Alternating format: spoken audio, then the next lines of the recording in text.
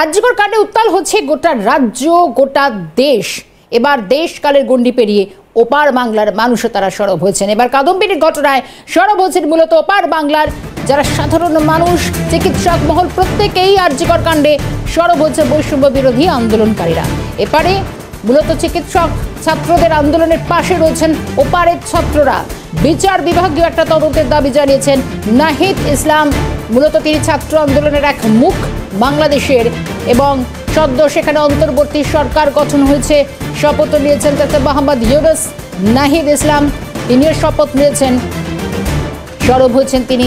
মহিলা চিকিৎসকের ধর্ষণ খুনে মূলত দৃষ্টান্তমূলক শাস্তির দাবি জানানো হচ্ছে ওপার বাংলার মানুষদের তরফ থেকেও। বৈষম্য বিরোধী আন্দোলনের ছাত্র নেতা নাহিদ ইসলাম, তার তরফ থেকে স্পষ্ট দাবি করা হচ্ছে যে অন্তত এই ঘটনা প্রকৃত সত্যাসত্য সামনে আসুক, দোষীরা শাস্তি পাক, দৃষ্টান্তমূলক শাস্তি হোক। বাংলাদেশের অন্তর্বর্তী সরকারের তথ্য প্রযুক্তি উপদেষ্টা বেলের নির্ভয়া কাণ্ডে আন্দোলনে হয়েছিল বাংলাদেশ শাহবাগে। বাংলাদেশের সংখ্যালঘুদের রক্ষা করা সরকারের লক্ষ্য, এমনটা জানিয়েছেন নাহিদ। দুই বাংলা একে অপরের পরিপূরক। মূলত তিনি সদ্য অন্তর্বর্তী সরকার গঠন হয়েছে এবং বাংলাদেশের তথ্য উপদেষ্টা মণ্ডলী এবং রীতিমতো নাহিদ ইসলাম তার সঙ্গে যোগাযোগ করেছিল সিএন। আমাদের প্রতিনিধি মনি ভট্টাচার্য তাকে কি জানিয়েছেন নাহিদ ইসলাম, কি বলছেন তিনি শোনাবো। কয়েকদিন আগেই দেখেছি আপনাদের যে বৈষম্য বিরোধী আন্দোলন, সেই আন্দোলনের যে সরকারও বদল হয়েছে এবং এই আন্দোলন রীতিমতো পশ্চিমবঙ্গ নয় গোটা ভারতের কাছে এবং গোটা বিশ্বের কাছে একটা আইকন হয়ে রয়েছে। তো এই জায়গা থেকে পশ্চিমবঙ্গের যে আন্দোলন বা পশ্চিমবঙ্গের এই ঘটনা, সে বিষয়ে যদি একটু বলতেন। বিষয় হলো, আমরা যে অন্তর্বর্তীকালীন সরকার গঠন করেছিলাম, এটার প্রথম যে প্রায়োরিটি আমরা দিয়েছি বিচার বিভাগীয় স্বাধীনতা এবং বিচার বিভাগীয় তদন্তকে আমাদের নিশ্চিত করতে হবে। তো এটার কারণ কি, এটা যেটা করলে যেটা হবে যে কোনো সমস্যা আমার মনে হয় একটা বিষয়ের মাধ্যমে সমাধান নিশ্চিত হবে।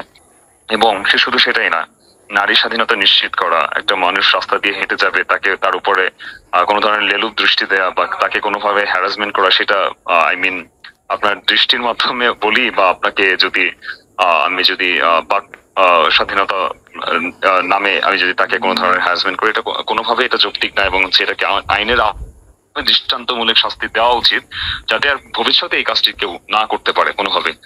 সেক্ষেত্রে ওই ঘুরে ফিরে একটা জায়গায় আসছে, বিচার বিভাগীয় স্বাধীনতা থাকতে হবে এবং আইন শুধু থাকলেই হবে না, সংবিধানে আইন সেটার প্রয়োগ করতে হবে এবং সেটার প্রয়োগের ক্ষেত্রেও যাতে রাজনীতিকরণ, দলীয় লেজুর ভিত্তি, এই বিষয়গুলো যাতে কোনোভাবেই এফেক্ট না করতে পারে। একজন গ্রেফতার হয়েছে ইতিমধ্যে এবং যেটি ঘটনা যে আরও বেশ কয়েকজনের গ্রেফতারের দাবি উঠছে, যারা মূল অভিযুক্ত এবং যাদেরকে আড়াল করার চেষ্টা করা হচ্ছে পুলিশের তরফ থেকে, এরকম একটা অভিযোগ উঠছে। তো সেই জায়গা দাঁড়িয়ে ছাত্রদের যে আন্দোলন, সেই আন্দোলন আপনাদের যে আন্দোলন ছিল বৈষম্য বিরোধী যে আন্দোলন, সেই আন্দোলনকে কোথাও অনুপ্রাণিত করছে। এই বিষয়টা খুব সিম্পল। আমাদের পার্শ্ববর্তী দেশ, আমার এখনো মনে আছে 2018 সালে যখন নিরাপদ সড়ক আন্দোলন হয়েছিল এবং আপনার 18 নিরাপদ সড়ক আন্দোলনের সময় কিন্তু আপনারা কলকাতার দাদাবাবুরাই নেমেছিলেন রাস্তায় আমাদের সাথে। তখনও সাধারণ শিক্ষার্থীরা আমাদের সাথে কাঁধে কাঁধ মিলিয়েছিলেন। একইভাবে এই 2024 সালে এসে এই একই কাজটি আপনারা করেছিলেন। আপনারা সেখানে আন্দোলন করেছিলেন আমাদের পক্ষ হয়ে, আপনারাও রাস্তায় নেমে আমাদের জন্য আপনারা অশ্রুসিক্ত হয়েছিলেন। তো এই জায়গাতে স্পষ্টভাবেই এই বিষয়টি আপনাদেরকে আমি মনে করি প্রচন্ডভাবে অনুপ্রাণিত করে, যেভাবে আপনারা আমাদেরকে অনুপ্রাণিত করেছিলেন। এবং আমি মনে করি এই বিষয়গুলোকে আপনাদের এখানে ইনফ্লুয়েন্স অবশ্যই রাখছে, যেভাবে আপনাদের কলকাতায় কোনো কিছু ঘটে গেলে আমাদের এখানে ইনফ্লুয়েন্স রাখে। অসংখ্য ধন্যবাদ আপনাকে। বাংলাদেশের ডাক টেলি যোগাযোগ তথ্য প্রযুক্তি বিষয়ক উপদেষ্টাই নাহিদ ইসলাম, তার সঙ্গেই যে কথা হয়েছে সেটাই শোনাচ্ছিলাম। মনি রয়েছেন আমাদের সঙ্গে টেলিফোন লাইনে। মনি, ইতিমধ্যে তিনি কিন্তু ভারতের সঙ্গে একদিকে বন্ধুত্বপূর্ণ সম্পর্ক উন্নয়নও যেরকম তিনি জোর দেওয়ার কথা আগেই বলেছেন, এবার দেখা গেল ঠিক সেই সূত্র ধরেই এপারে ঘটে যাবার নৃশংসী হত্যাকাণ্ড, এই ঘটনায় রীতিমতো তিনিও মুখর হচ্ছেন। তিনিও বলছেন বিচার বিভাগীয় তদন্তটা প্রয়োজন।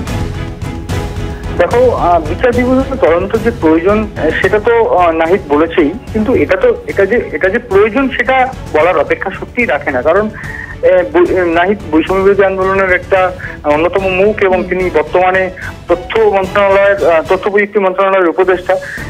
গতকাল কথা হয়েছে আমার সঙ্গে এবং তিনি স্পষ্ট করে বলেছেন যে এই যে কোটা যে আন্দোলন ছিল, অর্থাৎ বৈষম্য বিরোধী আন্দোলন ছিল, সেই আন্দোলন কিন্তু শুধু একটা মাত্র ঘটনার উপর বেশ করে হয়নি এবং দীর্ঘদিন ধরে এই আন্দোলন চলেছে এবং আন্দোলনের পর তারা একটা সরকারকে পতন ঘটিয়ে ফেলেছে।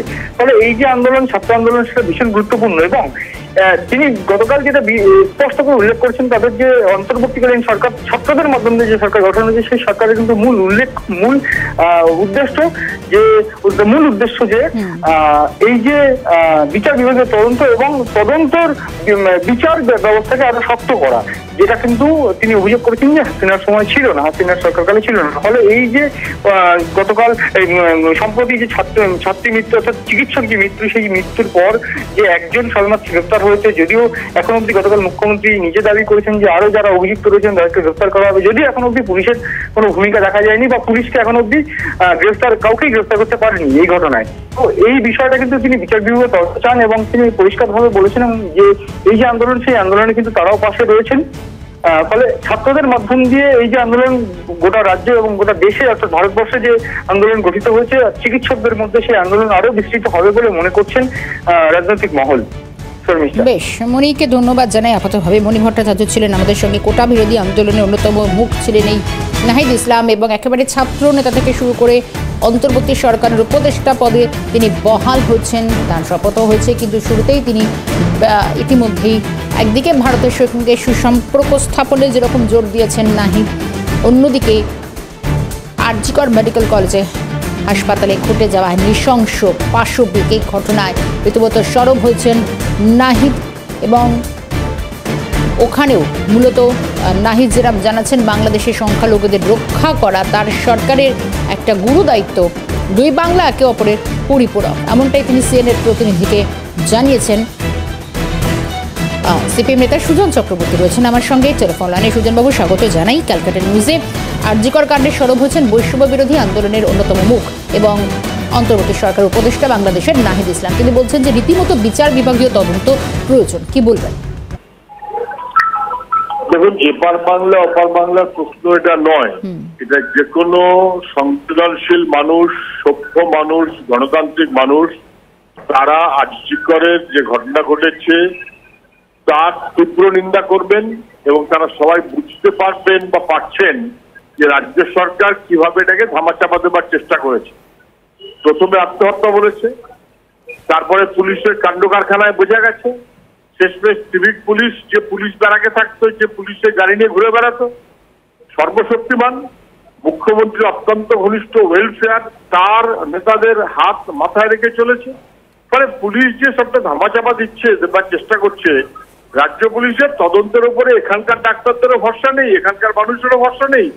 দিল্লি, বম্বে, ব্যাঙ্গালোর, চেন্নাই, কোন জায়গার মানুষের যেমন ভরসা নেই, তো বাংলাদেশের মানুষেরও ভরসা নেই।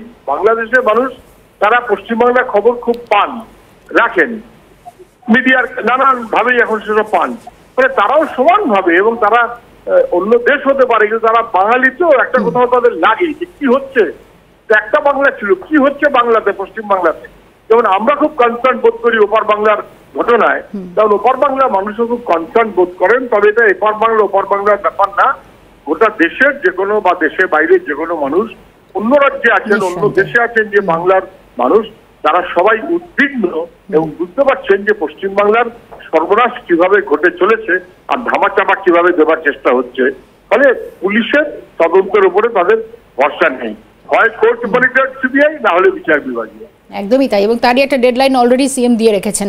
ধন্যবাদ জানাবো সুজন বাবু। সিপিএম নেতা সুজন চক্রবর্তীর সঙ্গে আমরা একটা কথা বলছিলাম, আর একবার জানিয়ে রাখবো, মূলত এই যে আরজিকর যে ঘটনা ঘটে গিয়েছে, যে মহিলা চিকিৎসক যাকে ধর্ষণ খুনের ঘটনায় শুধু রাজ্য রাজনীতি যে তোলপাড় হচ্ছে তা নয়, শহর কলকাতা নয়, রাজ্যের গণ্ডি ছাড়িয়ে দেশের গণ্ডি পেরিয়ে ওপার বাংলাদেশ, বিভিন্ন দেশে এখন গোটা বিশ্বে কিন্তু রীতিমতো নিন্দার ঝড় উঠছে। কারণ যে নৃশংসতা, যে পাশবিকতার উদাহরণ এই ঘটনায় সাক্ষী বহন করছে, ইতিহাসে কালো একটা অধ্যায়ের মধ্যে পড়ল।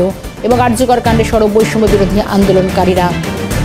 কংগ্রেস মুখপাত্র সৌম্য চড়াই রয়েছেন আমার সঙ্গে। সৌম্যদা, স্বাগত জানাই ক্যালকাটা নিউজে। একটা নারীর সংগ্রাম, সে তো কোনো এপার বাংলা ওপার বাংলার হতে পারে না। নৃশংসতা, পাশবিকতা যে কোনো কাণ্ডকে ছাপিয়ে যায়। এবার সরব হয়েছেন নাহিদ ইসলাম, তিনি বাংলাদেশের অন্তর্বর্তী সরকারের উপদেষ্টা পদে বহাল। তিনিও দাবি করছেন যে এটা একটা যথাযোগ্য বিচার প্রয়োজন। কি মনে করেন আপনি? দেখুন, বিষয়টা এখন আর শুধু কলকাতার বিষয় নয়, পশ্চিমবঙ্গের বিষয় নয়, ভারতবর্ষের বিষয় নয়, বিষয়টা সারা পৃথিবীর বিষয়। একজন মহিলা একটা ছাত্রী এই বাংলার কৃষ্টি সংস্কৃতির বাংলার তাকে এইভাবে খুন হয়ে যেতে হলো, ধর্ষিতা হতে হলো, এটা বাংলার লজ্জা। সেখানে সমস্ত রাষ্ট্র, সমস্ত দেশ তার গণ্ডিকে রাখে না, সবাই সব জায়গা থেকে প্রতিবাদ করছেন, তাদের কথা বলছেন। আমরাও বিচার বিভাগীয় তদন্ত চাইছি, উচ্চ পর্যায়ে তদন্ত চাইছি, দোষীদের যাতে আড়াল করা না হয় সেটা চাইছি। কিন্তু মাননীয় মুখ্যমন্ত্রী গতকাল যে তড়িঘড়ি করে একটা সময়সীমা দিচ্ছেন, তাতে কিন্তু সন্দেহের দানা বাজছে যে কেন তাহলে সময়সীমা দিচ্ছেন, এটার মানেটা কি? তাহলে কি উনি অন্য কোনো কিছু ইঙ্গিত করতে চাইছেন, বা পুলিশ পারছে না কাউকে আড়াল করতে চাইছে? এ সমস্ত অনেক প্রশ্নের জন্ম দিচ্ছে। আমার মনে হয় এই ইস্যুটাকে রাজনীতির ঊর্ধ্বে উঠে সমস্ত মানুষের বিষয় হিসেবে দেখা উচিত।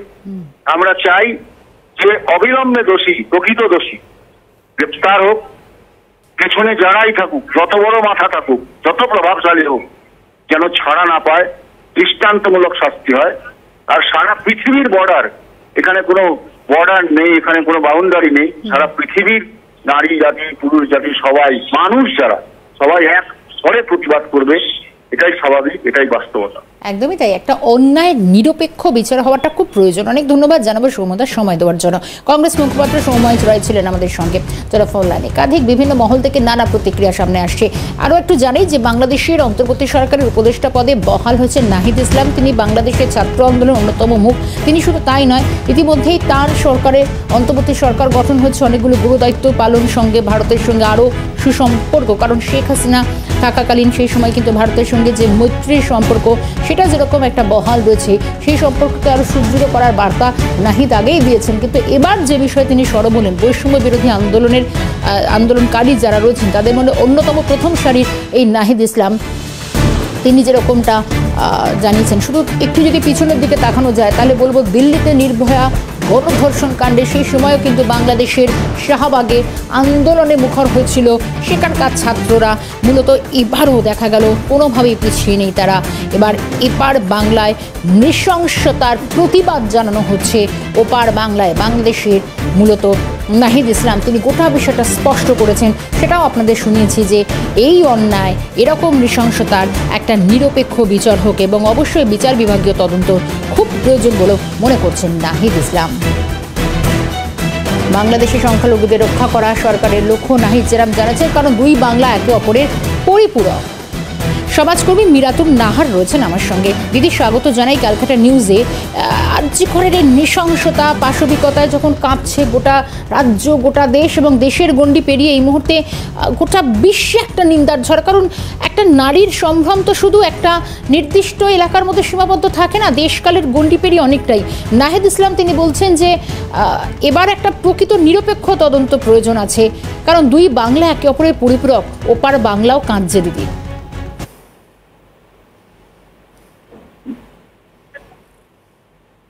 ভৌগোলিক বিচারে এখন দুটো স্বতন্ত্র দেশ হলেও আমরা নিকট প্রতিবেশী দুটি দেশ।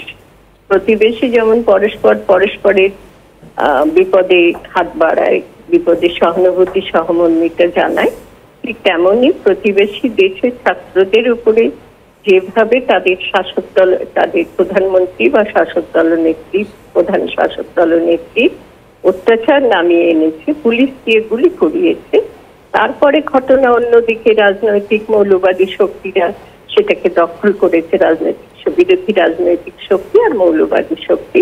আমরা তো দেখছি সেটা নিয়ে কি ধরনের সংবাদ মাধ্যমে ছড়াছড়ি চলছে, সংবাদ মাধ্যমগুলো বিভ্রান্ত। আর এখন আপনি যে কথা বললেন যে আমাদের এই দেশে যে হিংসাত্মক নৃশংস ঘটনা ঘটেছে, একটি ডাক্তার মানুষের উপরে, আমি মহিলা বলতে ভালোবাসি না, ডাক্তার মানুষের উপরে, এবং তার প্রাণকে নিয়ে নেওয়া হয়েছে যে নৃশংসতার সঙ্গে, তার প্রতিবাদ, তার সমালোচনা তারা করেছেন, নিন্দা তারা করেছেন। এটা তো প্রতিবেশীর কাজ। এই নিন্দা তাদের দিক থেকে অত্যন্ত সমর্থনযোগ্য। কিন্তু আমার দুই দেশের জনগণের প্রতি একটা আবেদন থাকবে, তারা যেন কোনো প্রকার অপপ্রচারে বিভ্রান্ত না হন। কোনো ধর্ম পরিচয়, যেমন লিঙ্গ পরিচয়, পুরুষ নারী উভয়ের মধ্যে বিভাজন করা ঠিক নয়। পুরুষরা মেয়েদের উপরে নির্যাতন করছে, তাদের নারীর দেহটাকে অসম্মান করছে, তাদের মানবিক জীবনটাকে অসম্মান করেছে আমাদের দেশে। এটা নিন্দার যোগ্য। এবং আমি তো মনে করি শাসক দলনেত্রী এক্ষেত্রে তার উচিত, আমাদের উচিত তার জবাব চাওয়া।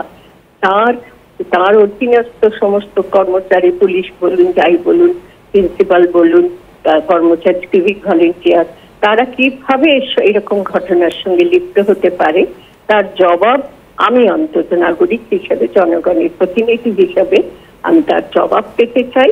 এবং প্রতিবেশী দেশকে ধন্যবাদ, তারা এখন অত্যন্ত খারাপ অবস্থায় রয়েছেন, তার সত্ত্বেও যে তারা এই নিষ্ঠুর বৈশাখিক ঘটনার নিন্দা করতে পারলেন, তাদেরকে আমি ধন্যবাদ জানাবো, আমার দেশের পক্ষ থেকে কৃতজ্ঞতা জানাবো।